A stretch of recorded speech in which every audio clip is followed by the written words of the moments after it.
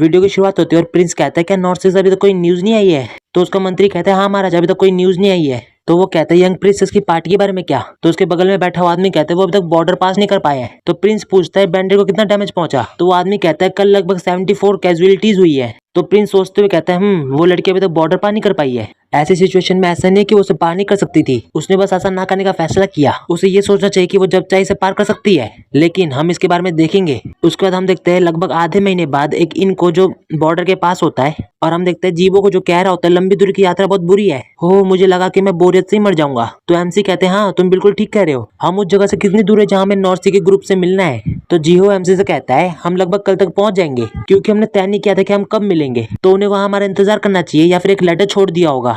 तो वहाँ एक वेटर आते हुए कहता है आप क्या मंगवाना पसंद करेंगे। तो जीहू कहता है यहाँ पे सबसे अच्छा क्या है। तो वेटर कहता है हमारे इनमें। तो जीहू कहता है कोई बात नहीं इंट्रोडक्शन को भूल जाओ, बस अपने 6 बेहतरीन डिशेज को यहाँ पे लेकर आओ और हमें भी थोड़ी पीने को चाहिए। तो वेटर कहता है 3 लोगों के लिए 6 डिशेज, हाँ मैं लेकर आता हूँ। और एमसी मन में सोच रहा होता है आधे डिशेज तो यंग मास्टर जेगल ही खा जाएंगे। तभी जीहू वेटर के कान में फुसफुसाते हुए कहता है वैसे यहाँ पे कुछ चल रहा है क्या, माहौल थोड़ा अजीब सा है। तो वेटर कहता है ओ इसके बारे में। तभी जीहू उसके सामने गोल्ड की कॉइन रखते हुए कहता है अगर ये कोई खतरनाक बात है तो क्या तुम्हें ऐसा नहीं लगता हमें अपनी बेहतर सुरक्षा के लिए इसके खिलाफ सतर्क नहीं रहना चाहिए। तो वेटर इधर उधर देखने के बाद चुपचाप से सिक्के को उठा लेता है और जीहू के कान में बोलता है पिछले कुछ दिनों से चोरों का झुंड इस गाँव में घूम रहा है। तो जीहू थोड़ा हैरान होते हुए कहता है क्या चोरों का एक ग्रुप। वेटर आगे कहता है लेकिन उन कमीनों की सबसे अजीब बात ये है कि वो गांव वालों को लूटते नहीं और मर्चेंट पर छापा नहीं मारते। मैंने जो सुना है उसके मुताबिक वो एक गाड़ी का पीछा कर रहे हैं। तो जीबू कहते हैं गाड़ी तो वेटर कहते हैं हाँ ऐसा कहा जाता है कि वो गाड़ी बर्फ की तरह सफेद है और इसके अंदर मैचलेस ब्यूटी और खजाने भरे पड़े हैं। हालांकि वो कहते हैं कि ऐसे बहुत सारे चोर हैं जो उस गाड़ी के पास जाने की कोशिश में मारे गए।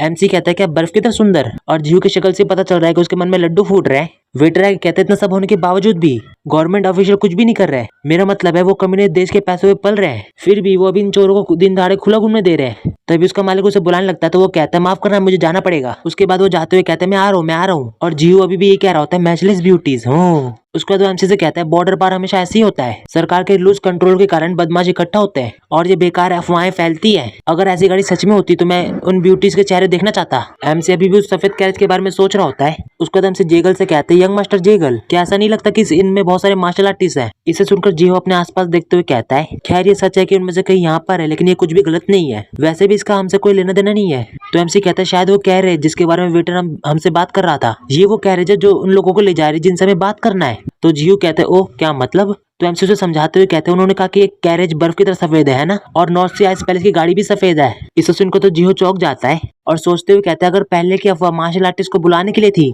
फिर आराम करने और पीने का कोई समय नहीं बचता, हमें तुरंत ही आगे बढ़ना होगा। तभी एकदम से एमसी और जीहू चौंक जाते हैं क्योंकि कोई भागते हुए आया होता है और हाफते हुए कहता है वो व्हाइट, और चिल्लाते हुए कहते हैं ये व्हाइट ट्रेजर वाली गाड़ी है, व्हाइट ट्रेजर वाली गाड़ी अपेयर हो गई है। इसे सुन के बाकी सब लोग हैरान हो जाते हैं और एमसी मन में कहता है व्हाइट ट्रेजर की गाड़ी, क्या उन्होंने कोई इसे निकनेम भी दिया है। तभी कुछ मार्शल आर्टिस्ट खड़े होते हुए कहते हैं व्हाइट ट्रेजर वाली गाड़ी अपेयर हो गई है, और कोई कहते हैं कहाँ है वो, कहाँ दिखाई दी। तभी हम किसी को देखते हैं जो पर्दे को साइड करते हुए अंदर आ रहा होता है और बाकी सब मार्शल आर्टिस्ट उनको आते हुए देखकर थोड़े घबरा रहे होते हैं। और हम आयुष घोष को देखते हैं जो उन सभी के सामने खड़ा होता है और एमसी मन में कहता है जैसे कि मैंने उम्मीद की थी। और डॉगरंग मन में सोच रहा था वो कमीना है। फिर एमसी मन में कहता है फिर अब वो अगली इंसान जो आती है वो है। फिर एमसी के इतना सोचने के बाद हम देखते कि वो यंग लेडी होती है और देखते कि यंग लेडी को देख के बाकी मार्शल आर्टिस्ट तो उसके दीवाने हो जाते हैं और देखते जीहो की हालत भी वैसी होती है और कहता है वो क्या इनक्रेडिबल ब्यूटी है। और एमसी भी थोड़ा शर्माते हुए मन में कहता है क्या इसीलिए क्योंकि मैंने उसे आखिरी बार काफी समय पहले देखा था, ऐसा लगता है जैसे वो पहले से ज्यादा सुंदर हो गई है। और हम यंग लेडी को आगे बढ़ते हुए देखते हैं जो बाकी सब मार्शल आर्टिस्ट के बीचों में से निकल रही होती है और एमसी के पास जा रही होती है। तो एमसी मन में कहता है हो क्या मैंने तो ज्यादा घूर लिया। और यंग लेडी को देखते जो एमसी के पास जाके कहती है ओह तुम यहाँ हो, हमारे पास समय नहीं है इसलिए हम तुरंत चलेंगे।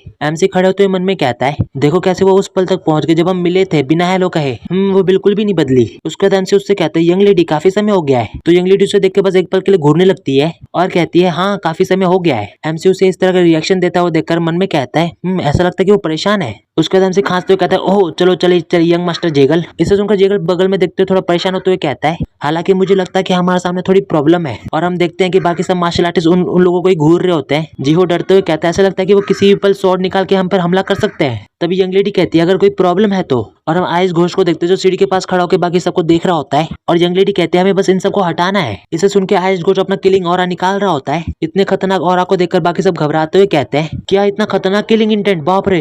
तभी हमसे अचानक अचानक से उसके सामने आ जाता है और वो भी हैरान होता है। और डॉगरैंग भी बगल से अपना खतरनाक ऑरा निकाल रहा होता है और मन में कहते हैं मेरे मास्टर के सामने किलिंग इंटेंट निकालना बंद करो। आइसगोड थोड़ा गुस्सा होने लगता है क्योंकि डॉगरैंग भी उसके सामने किलिंग इंटेंट निकाल रहा होता है। और उन सबके पीछे जिहो मन में कहता है ओह ये फेरी शोडाउन। ऐसा लगता है जैसे दो खूंखार जानवर एक दूसरे से लड़ रहे हैं और मैं सांस भी नहीं ले पा रहा हूँ। तभी एमसी मुस्कुराते हुए कहता है कि आपने नहीं कहा था कि हमारे पास समय नहीं है। तो यंग लेडी कहती है हो मैंने कहा था। इसे सुनकर आइसगोड भी अपना किलिंग इंटेंट निकालना बंद कर देता है और वो मार्शल आर्टिस्ट जिनके ऊपर ये ऑरा पड़ रहा था वो कहते हैं हो किलिंग इंटेंट गायब हो रहा है। और रास्ते को खाली करते हुए कहते हो मुझे लगा कि मैं मरने वाला हूँ। और दूसरा वाला कह रहा होता चलो नहीं लड़ते हम उसका अपोनेंट नहीं है। उसके बाद एमसी कहता है तो फिर चलो। खुशकिस्मती से ऐसा लगता है कि प्रॉब्लम खत्म हो गई है। तो यंग लेडी भी चुपचाप से बिना कुछ कहे जाने लगती है और बाकी सब मार्शल आर्टिस्ट भी उनको देख के घबरा रहे होते हैं। तभी एमसी जिहो से कहता है चलो हम भी चले। तो जिहो चौंकते हुए बोलते हो हाँ हाँ और मन में कहता ऐसा लगता है कि मैं उनकी किलिंग इंटेंट के कारण अभी दम तोड़ दूंगा। जी कैसे पॉसिबल है कि सेक्रेटरी वो अभी भी इतनी शांति से खड़े हैं। जैसा कि मैंने सोचा था वो कोई आम इंसान नहीं है।